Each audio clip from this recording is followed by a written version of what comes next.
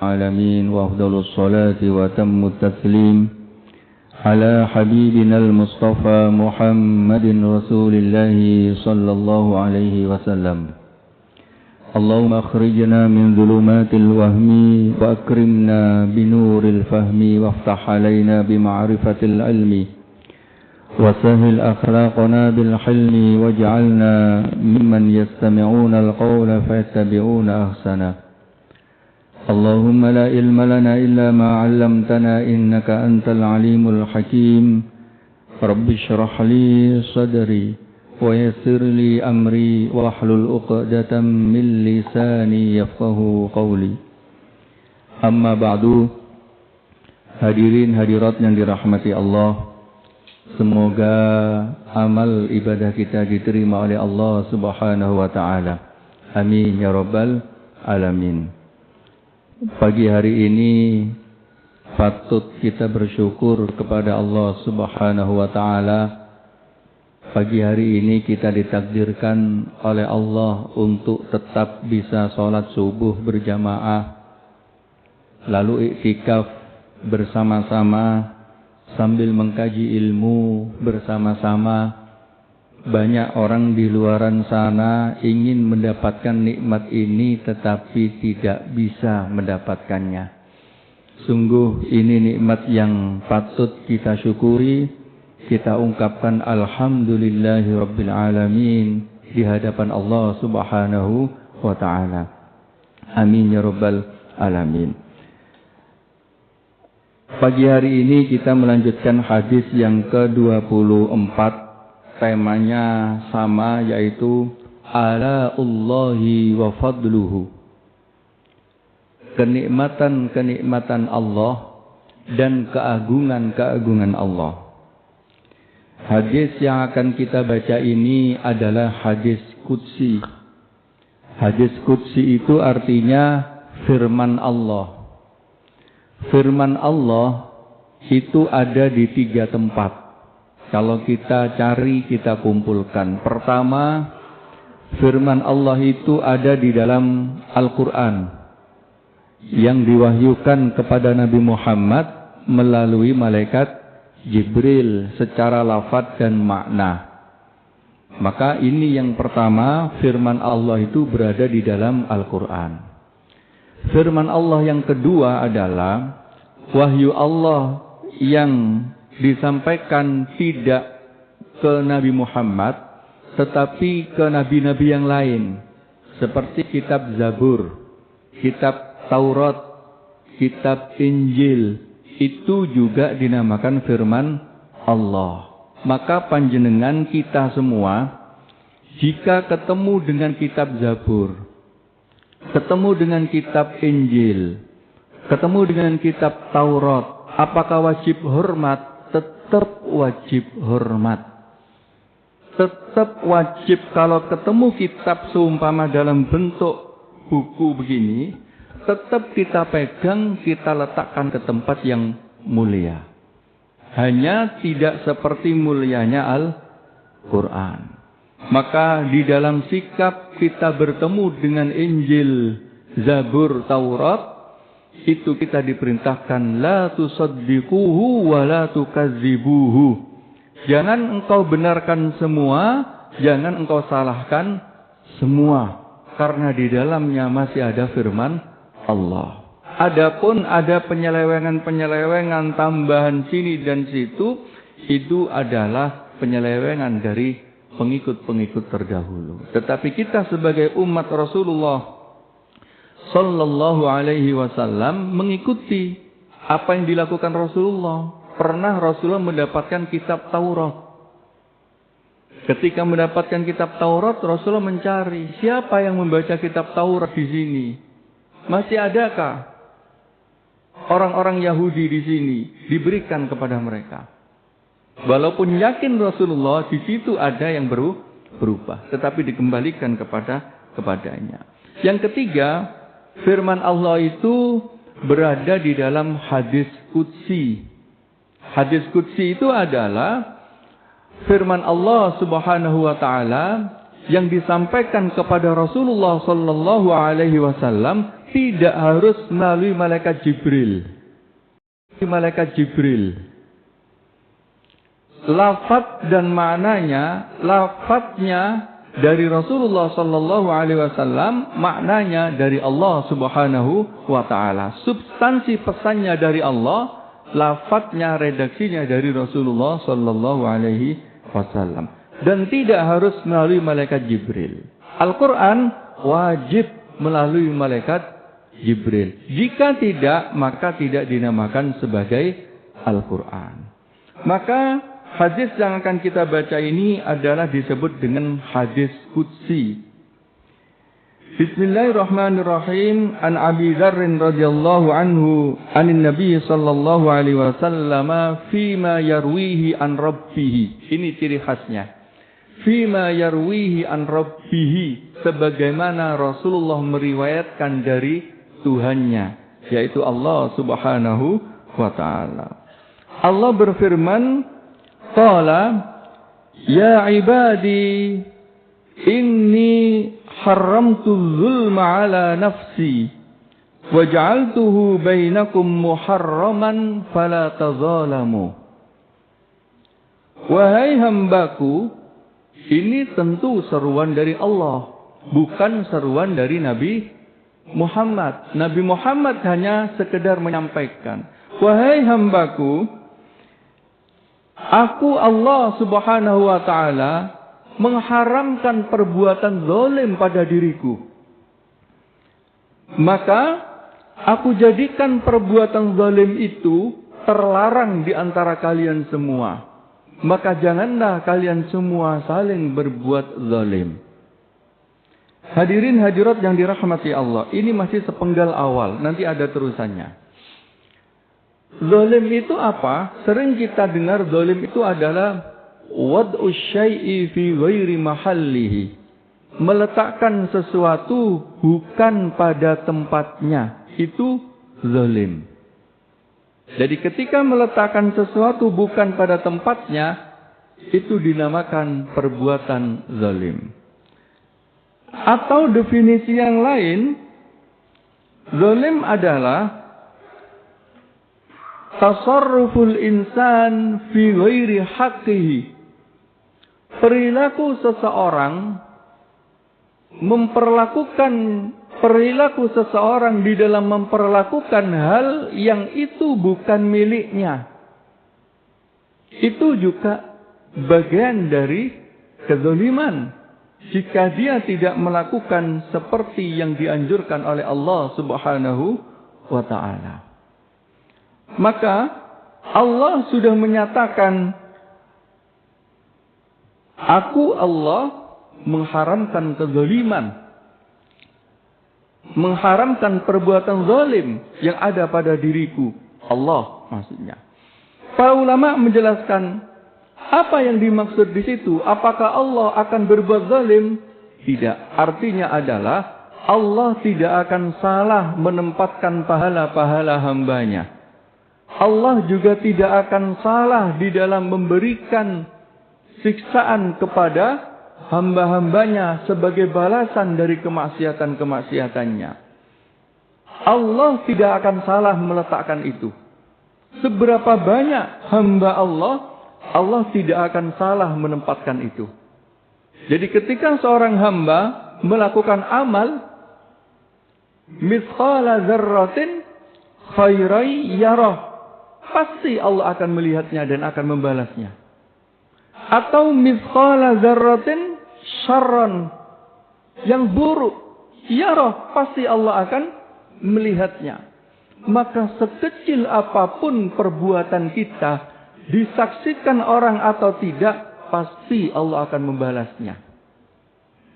Diviralkan atau tidak diviralkan, Allah pasti tahu bahwasanya itu adalah amal si A, amal si B, amal si C. Allah tidak akan salah menempatkan itu. Nah, bagaimana dengan Allah yang mengazab orang-orang yang berbuat zalim?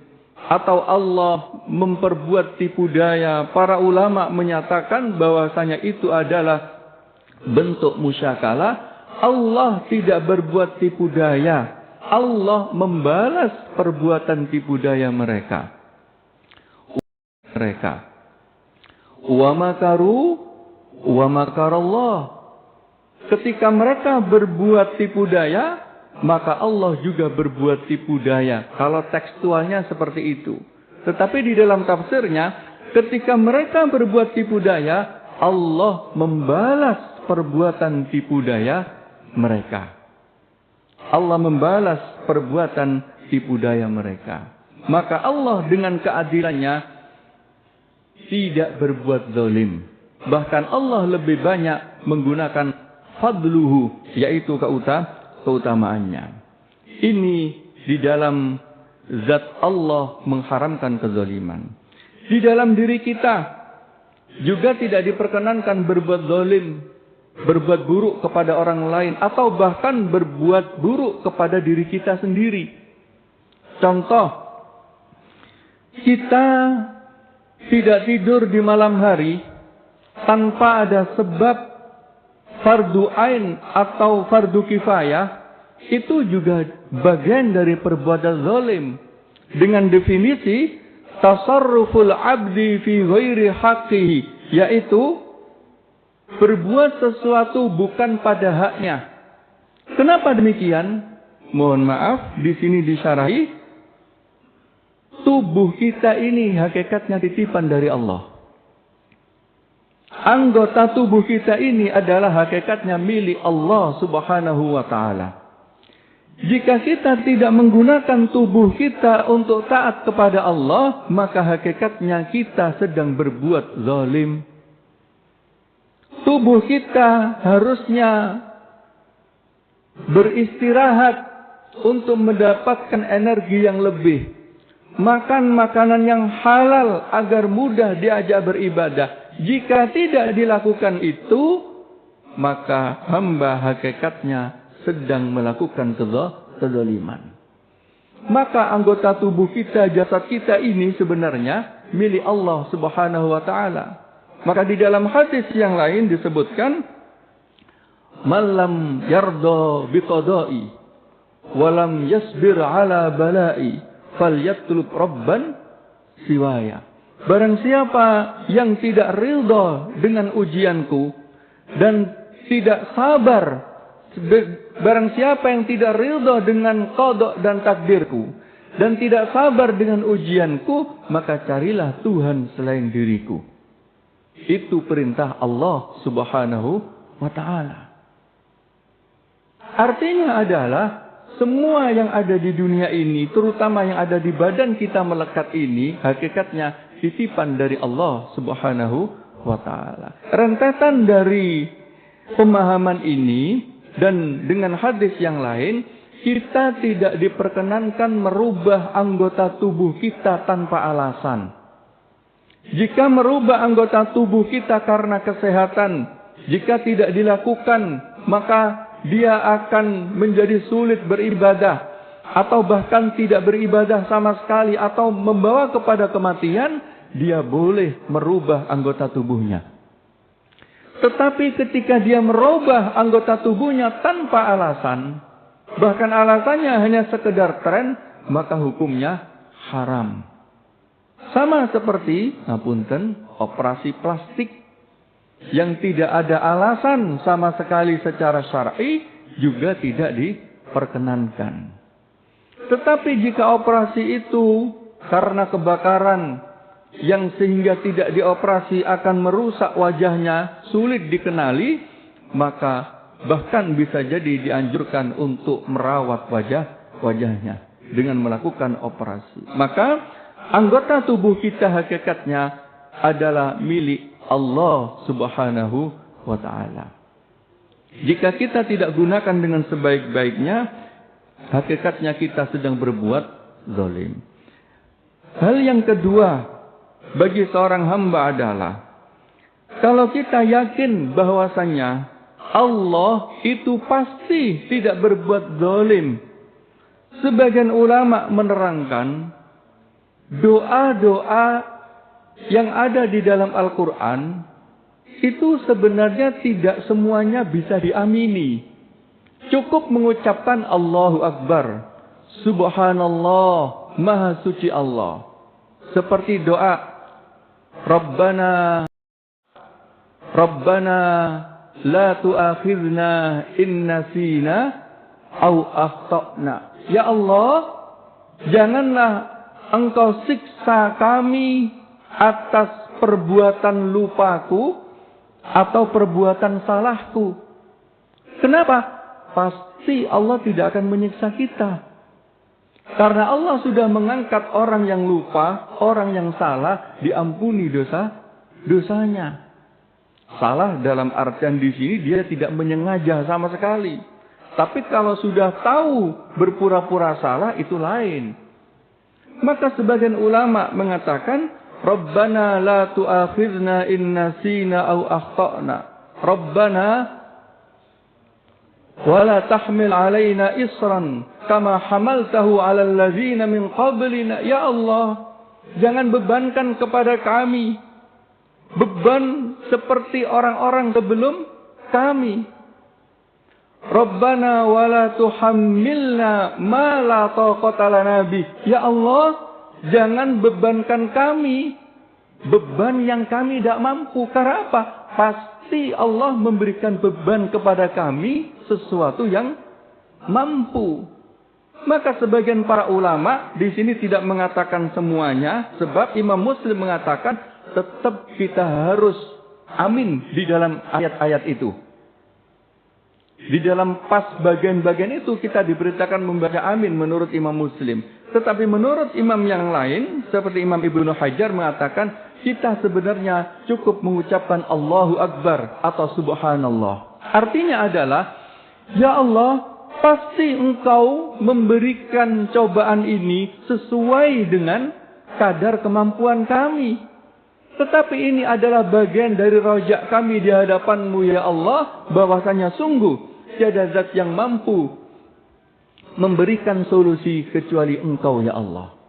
Maka ketika sampai kepada wa'fu anna waghfir lana warhamna, baru sepakat para ulama sunnah, bahkan seharusnya seorang hamba membaca amin pada saat itu.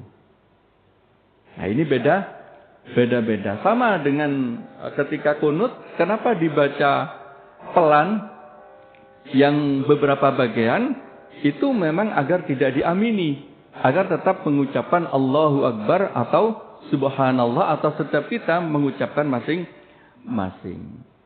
Artinya adalah Allah pasti akan mengampuni dosa-dosa kita.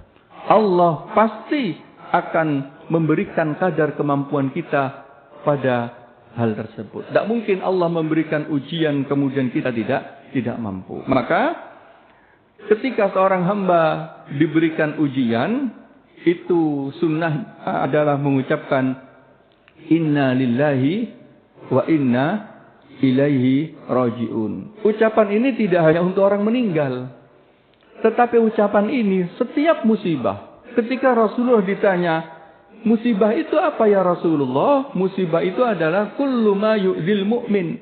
Semua hal yang menyakiti orang mukmin itu dinamakan musibah. Lah kemudian setiap hamba sudah dinas di dunia ini akan diuji oleh Allah walaupun dia beriman. Ahasiban nasu ayyaqulu amanna wa hum la yuftanun? Apakah mereka mengira jika ketika mengucapkan aku beriman lalu mereka tidak diuji? Atau dalam ayat yang lain, walana ba'luwannakum bisyai'im minal khawfi wal ju'i wa naqasim minal amwali wal anfusi was samarat wa basyiris sabirin. Artinya adalah setiap kita akan diuji oleh Allah Subhanahu wa taala. Ketika diuji, maka berikanlah kabar gembira kepada orang yang sabar. Siapa? Alladzina idza asabathum musibah qalu inna lillahi wa inna ilaihi raji'un. Sampai ada hadis yang bunyinya begini. Suatu ketika Rasulullah itu lampunya padam. Jadi lampu rumahnya itu padam. Ketika lampu rumahnya padam, Rasul mengucapkan inna lillahi wa inna ilaihi raji'un. sahabat datang, "Amusibatun hiya ya Rasulullah?" "Ya Rasul, apakah lampu padam itu bagian dari musibah?" Rasul menjawab, "Iya. Padamnya lampu itu juga bagian dari musibah." Artinya adalah ucapan inna lillahi wa inna ilaihi rajiun tidak hanya pada musibah besar, tetapi juga musibah-musibah yang kecil-kecil. Ini agar kita tidak zalim kepada diri kita. Zikir orang terkena musibah adalah ucapan inna lillahi wa inna ilaihi rajiun. Di dalam hadis yang lain bahwa Rasulullah Shallallahu Alaihi Wasallam mengajarkan jika seorang hamba ditimpa musibah lalu mengucapkan inna lillahi wa inna ilaihi rajiun, Allahumma ajirni fi musibati, ya Allah berikanlah pahala terhadap musibahku ini, wakhlufni bi khairin minha, dan berilah ganti dengan yang terbaik darinya. Jika membaca doa itu, maka Allah akan mengampuni dosa-dosanya. Nah, ini memberikan hak diri kita dengan ajaran-ajaran yang telah diajarkan oleh Rasulullah Sallallahu Alaihi Wasallam. Lalu kemudian lanjutannya adalah ya ibadi kullukum dhallun illa man hadaituhu. Wahai hambaku, semua kalian itu tersesat kecuali orang-orang yang kuberi hidayah. Fastahduni, maka mintalah hidayah kepadaku. Ya ibadi kullukum ja'iun illa man at'amtuhu. Semua kalian itu adalah orang yang lapar, kecuali orang-orang yang kuberi makan. Fastat'imuni, maka mintalah makan dariku. Ya ibadi kullukum arin illa man kasautuhu. Engkau semuanya wahai hambaku adalah orang yang telanjang kecuali orang yang aku beri pakaian. Fastaksuni aksukum, maka mintalah pakaian dariku, aku akan berikan pakaian. Ya ibadi wahai hambaku, innakum tukhti'una bil laili wan nahar. Engkau selalu melakukan perbuatan dosa siang dan malam. Wa ana aghfiru dzunuba jami'an, dan saya mengampuni dosa-dosa semuanya. Fastaghfiruni aghfir lakum, mohonlah ampun kepadaku, maka aku akan beri ampunan kepada kalian. Ada 4 hal yang diajarkan di sini. Hidayah dan mohon maaf. Yang kedua, mohon makanan dan mohon pakaian. Jadi Allah Subhanahu wa taala menyeru hambanya bahwa hukum dasar manusia itu tersesat. Maksud tersesat di sini tidak mengerti apa-apa, tidak mengetahui apa-apa, sehingga ia mendapatkan hidayah dari Allah lalu dia baru mengerti sesuatu. Maka hukum dasar manusia itu tidak mengerti. Bagaimana dengan kullu mauludin yuladu alal fitrah? Setiap seorang hamba itu dilahirkan dalam kondisi fitrah. Fitrah di sini adalah kesucian. Artinya kosong, tidak mengerti apa-apa. Nanti pengaruh orang tuanya lah yang akan menjadikan yuhawwidanihi au yunassiranihi, menjadikan dia orang Yahudi atau menjadikan orang Nasrani. Maka hukum dasar kita sebagai hamba Allah itu tidak mengerti. Maka ketika kita mengerti, itu hakikatnya kita mendapatkan petunjuk dari Allah Subhanahu wa taala. Kenapa hal makanan juga disebut di sini?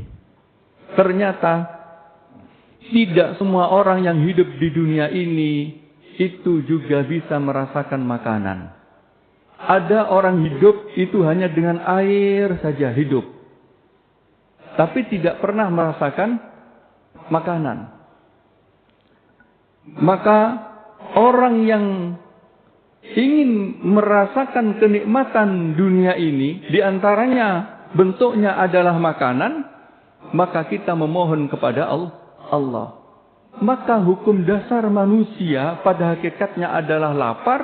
Allah lah yang akan memberikan makan. Dalam bahasa lain begini, secara adil Allah boleh saja tidak memberi makan kepada kita. Itu keadilan Allah. Kenapa? Kalian tidak menanam sendiri, kalian tidak menunggu sendiri, kalian tidak menunggui sendiri, kalian bisa jadi mengandalkan orang lain, atau bisa jadi dosanya lebih besar daripada amalnya. Maka Allah dengan keadilannya, bisa jadi Allah tidak memberi makan kepada kita, atau kita tidak bisa makan walaupun ada makanan.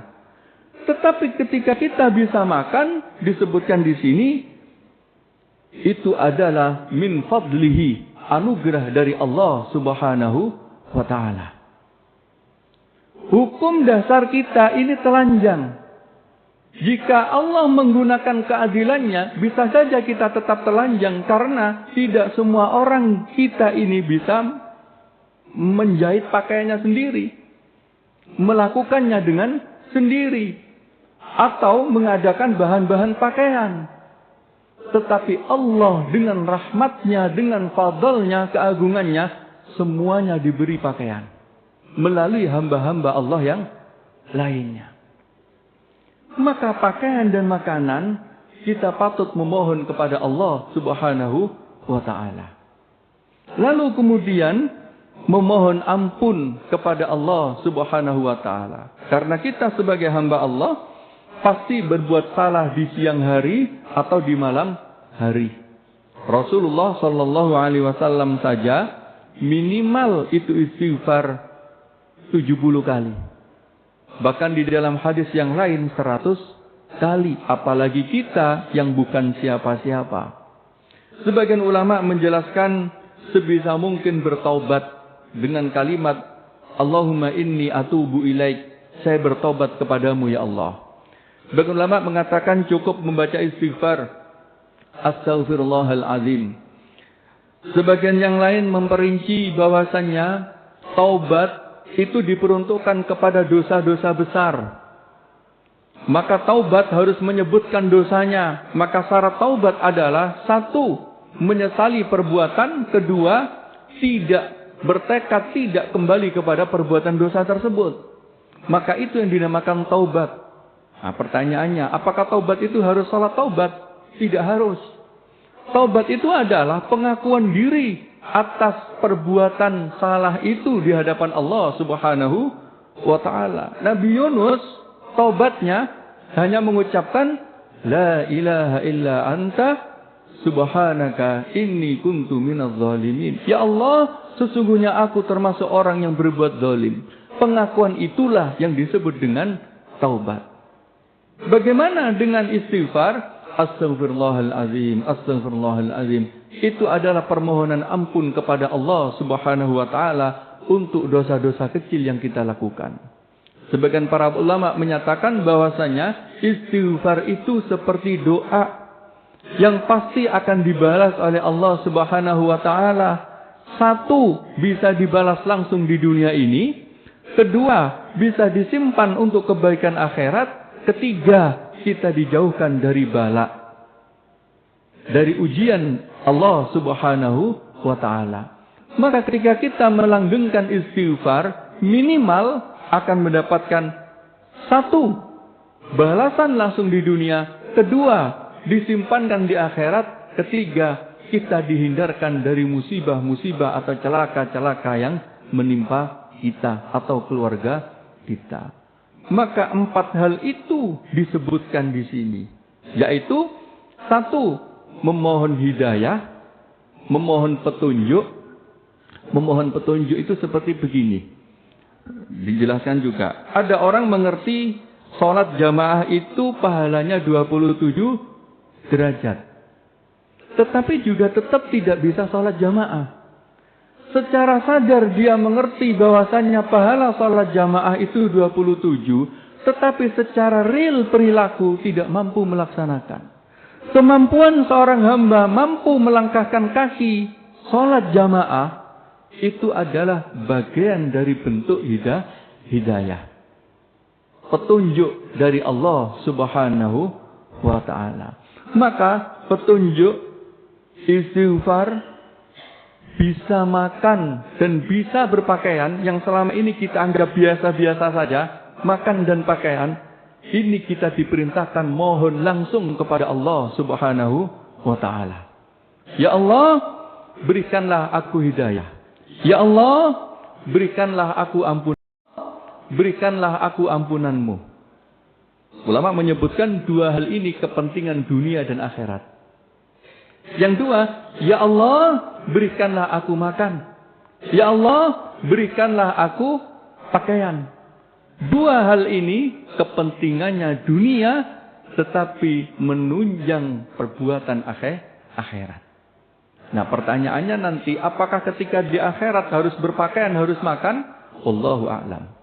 Tapi yang jelas Allah menyiapkan segala kenikmatan-kenikmatan di dunia dengan mala ainun ra'at wala udhunun samiat wala khatara bi bali ahad.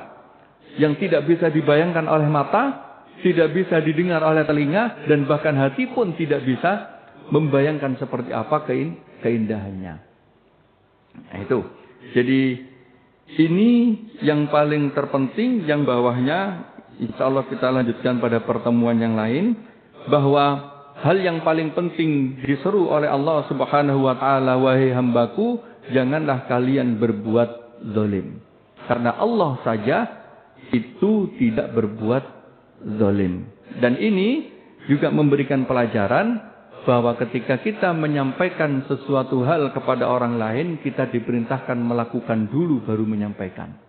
Karena ini Allah memberikan contoh, ini loh aku Allah tidak berbuat zalim, masa kamu berbuat zalim? Ini loh aku Allah mengharamkan perbuatan yang tidak baik ini berupa zalim, maka kalian wahai hamba-hambaku manusia, janganlah berbuat zalim. Lalu memberikan 4 resep, 4 hal ini wahai hamba-hambaku, mintalah langsung kepadaku. Mintalah langsung kepadaku di hadapanku. Karena 4 hal ini akan berhubungan dengan kehidupanmu di dunia. Inilah yang disampaikan di dalam separuh dari hadis qudsi yang berisi tentang kenikmatan-kenikmatan Allah dan keutamaan-keutamaan Allah kepada hambanya. Monggo jika ada yang ingin disampaikan pada pertemuan kali ini. Nggih.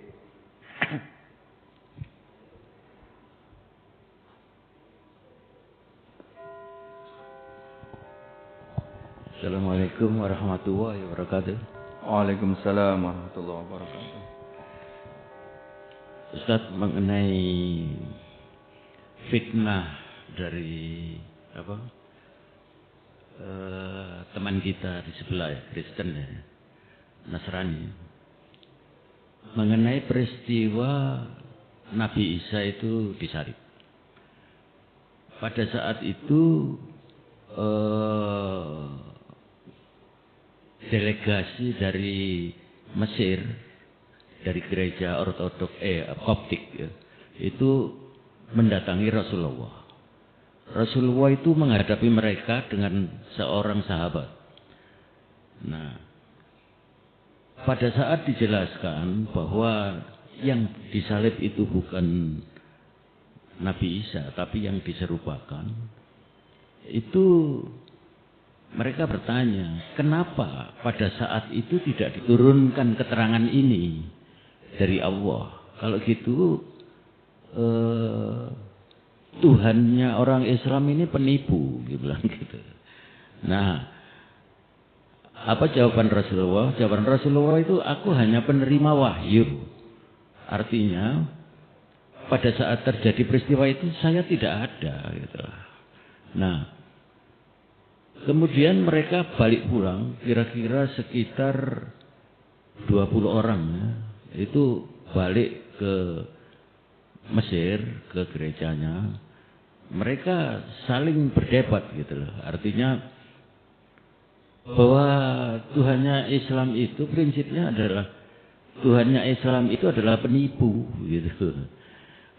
Karena di dalam ayat itu ada disebutkan bahwa aku adalah maha penipu dari penipunya rahib-rahib Yahudi. Terima kasih ya. Mohon keterangannya. Nggih. Langsung satu lagi, monggo. Di depannya ya.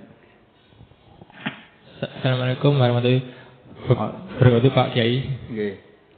Nah, mau tanya Pak. Nanti kan Pak Kiai menjelaskan tentang pengertian zalim adalah menempatkan segala sesuatu dengan tidak di tempatnya. Nah, ini Pak, bagaimana jika Pak seorang Muslim Pak itu jika dia mempunyai bakat atau talenta dari Allah, semisal bakatnya adalah marketing Pak ya, fast moving consumer goods marketing, kemudian dia itu bekerjanya di bidang yang jauh berbeda seperti akunting, pajak dan fiskal.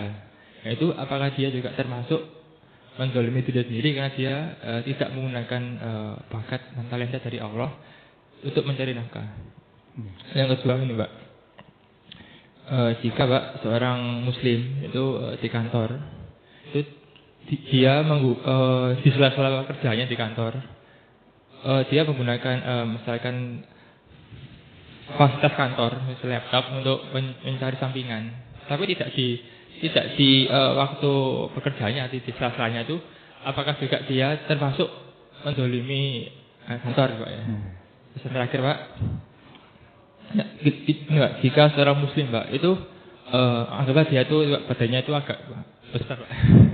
Itu dia misalkan merubah bentuknya badan dengan cara misalkan cara surut lemak liposuction agar dia lebih langsing, lebih body goal, menarik di mata suami misalkan, itu apa itu juga termasuk tindakan penzalimi? Karena dia lebih menarik Pak. Spesifiknya Pak itu. Iya. Oke, baik, terima kasih. Ada 4 pertanyaan berarti tadi, bahwa pertama cerita tentang orang-orang yang Nasrani datang kepada Rasulullah Sallallahu Alaihi Wasallam. Memang Rasulullah itu diutus pada saat dunia masih gempar bahwasanya Nabi itu Tuhan. Jadi Rasulullah itu diutus pada saat-saat yang menyatakan bahwa menjadi seorang Nabi itu sifatnya harus seperti Tuhan. Tidak boleh jalan di pasar, tidak boleh makan bareng orang, tidak boleh seperti itu. Nah, apa yang dilakukan Nabi beda, malah seperti orang-orang di pasar. Nah, kemudian datangnya orang-orang Nasrani kemudian menyatakan, maka Tuhan orang Muslim itu pembohong, pembohong. Karena kenapa tidak diberitahu? Memang ya itu, jawaban Nabi sudah benar sekali. Dan itu memang jawab Nabi sering di banyak hadis menyatakan, aku ini hanyalah menyampaikan wahyu. Hanya menyampaikan wahyu. Kalau ditanya pertanyaannya, kenapa tidak dijawab pada saat itu? Memang nggak bisa dijawab. Wallahu a'lam. Adapun kemudian pernyataan seorang Nasrani yang menyatakan bahwa Tuhan Muslim itu pembohong. Nah, kita sulit mengelaknya itu. Tuhan Muslim pembohong dari sisi mananya? Itu apa istilahnya? Bukan pembohong, penipu. Oh, penipu. Istilahnya penipu. Hanya karena tidak dikabari pada saat peristiwa itu. Kenapa tidak dikabari? Karena Nabi Isa sudah tidak ada. Kepada siapa dikabarinya? Kan begitu. Nah, ini memang tidak semua hal yang dari Allah itu akan tersampaikan kepada hamba-hambanya. Jadi, dalam bahasa syariat begini.